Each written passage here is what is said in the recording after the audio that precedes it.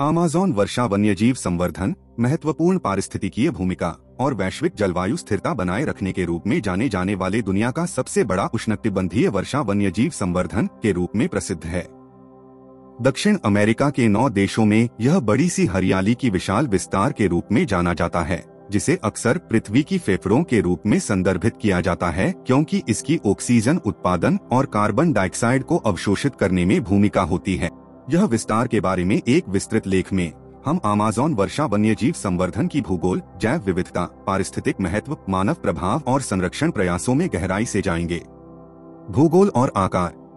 Amazon वर्षा वन्यजीव संवर्धन लगभग 6.7 मिलियन वर्ग किलोमीटर 2.7 मिलियन वर्ग मील क्षेत्र को ढांचा बनाता है, जो 9 दक्षिण अमेरिकी देशों में फैला हुआ है: Brazil, Peru, Colombia, Venezuela, Ecuador, Bolivia, Guyana, Suriname और फ्रेंच गुयाना। वर्षा वन्यजीव संवर्धन का अधिकांश 60% ब्राजील के सीमाओं के भीतर है। इस क्षेत्र की विविध पारिस्थितिकीय घने उष्णकटिबंधीय वन, बाढ़ प्लेन, सवाना और पहाड़ी भूमि शामिल हैं, जो यह एक दुनिया के सबसे पारिस्थितिक धनी स्थानों में से एक बनाता है। जैव विविधता। अमेज़न में लगभग 390 अरब व्यक्ति वृक्ष हैं, जिसमें लगभग 16,000 प्रजातियां हैं, जिनमें से कई केवल यहीं पाई जाती हैं। प्रमुख वृक्ष प्रजातियां ब्राजील नट वृक्ष, रबर वृक्ष और विशाल केपोक वृक्ष शामिल हैं। अमेज़न एक चौंकाने वाले प्रकार के वन्यजीवों के लिए घर है, जैसे कि जैगुआर, क्यूमा, ऑसिलोट्स, स्लोथ्स, टैपियर और कैपिबारा। पक्षियों के प्रशंसक यहाँ 1,300 से अधिक प्रजातियां पाएंगे, जैसे कि हार्पी, ईगल और टूकन्स। अमेज़न नदी, जो इस क्षेत्र से होकर गुजरती है, में 2,200 से अधिक मछलियों का आवास है, जैसे कि पायरान्हा और अमेज़न नदी डॉल्फिन। अमेज़न का माना जाता है कि यह दुनिया के किसी अन्य स्थान से अधिक कीट प्रजातियों को शामिल करता है, जिसमें तितलियों की आकर्षक विविधता और कई प्रकार के चींटियों और बैटल समेत हैं। वर्षा वन्यजीव संवर्धन के भीतर नदी प्रणालियां आपदा के बादल को पूरे जलवायु में फैलाने के रूप में जाने वाले जल का पंप का काम करती है, जलवायु पैटर्न को नियंत्रित करने में मदद करती है और क्षेत्र और उसके परे के लिए जल प्रदान करती है। जैव पारिस्थितिकी महत्व। अमेज़न वर्षा वन दुनिया की जलवायु को नियंत्रित करने में महत्वपूर्ण भूमिका निभाता है। इसके पेड़ और पौधों में कार्बन डाइऑक्साइड अवशोषित किया जाता है, जिससे ग्रीन हाउस गैस स्तर कम होता है और प्राणी मंडली को ऑक्सीजन मिलता है। इसलिए इसे पृथ्वी की फेफड़ों का नाम दिया गया है। मानव प्रभाव और चुनौतियां। अमेज़न वर्षा वन्यजीव संवर्धन को कृषि, वन उपकरण और बुनाई के कारण प्रधान रूप से वनस्पति उन्होंने ही नुकसान पहुंचाने वाली चुनौतियों की स्थिति में डाल दिया है। इन क्रियाओं के गंभीर परिणाम हैं जैव विविधता, प्राकृतिक समुदायों और वैश्विक जलवायु के लिए। अमेज़न वर्षा वन्यजीव संवर्धन में शामिल बहुत सारी आदिवासी समुदायों का घर है, जो अपने जीवनों और सांस्कृतिक पहचान के लिए वन का सहारा लेते हैं। उन्हें अधिक तरह से बढ़ते हुए और भूमि विवादों से खतरा हो रहा है।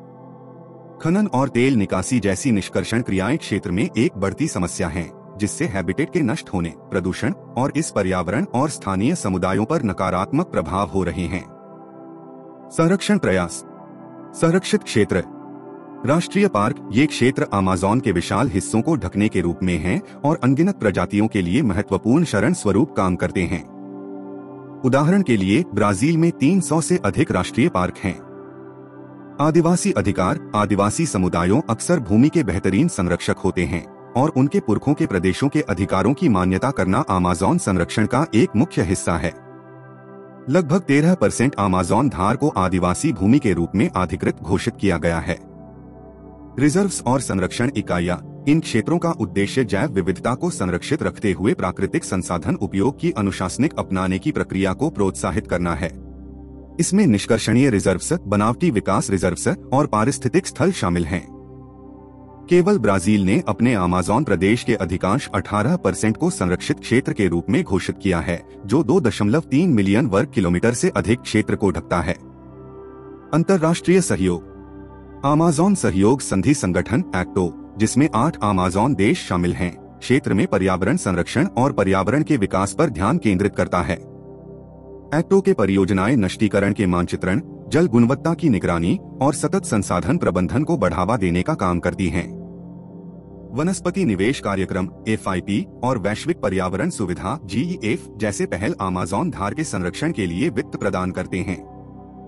2020 में एक्टो और संयुक्त राष्ट्र विकास कार्यक्रम UNDP ने अमेज़न क्षेत्र में नष्टीकरण को रोकने के लिए एक परियोजना की शुरुआत की, जिसका कुल बजट $18 मिलियन था।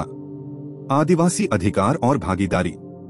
आदिवासी जनजातियों के लिए उनके प्रदेशों के अधिकार होने पर रेनफॉरेस्ट फाउंडेशन के डेटा के अनुसार नष्टीकरण दरें कम होती हैं। उदाहरण के लिए ब्राजील में, जहां आदिवासी भूमि के अधिकार मान्यता प्राप्त हैं, वहां आदिवासी प्रदेशों के भीतर नष्टीकरण दरें अनपेक्षित क्षेत्रों के मुकाबले काफी कम हैं। वैज्ञानिक शोध और मॉनिटरिंग।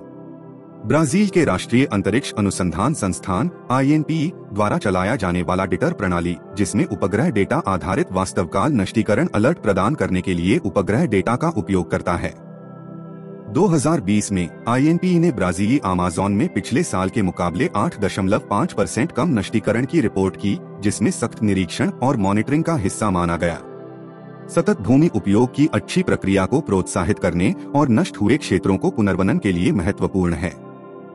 संगठन और सरकार ठिकाना समुदायों को सतत जीविका और क्षतिग्रस्त क्षेत्रों को बचाने में काम कर रहे हैं।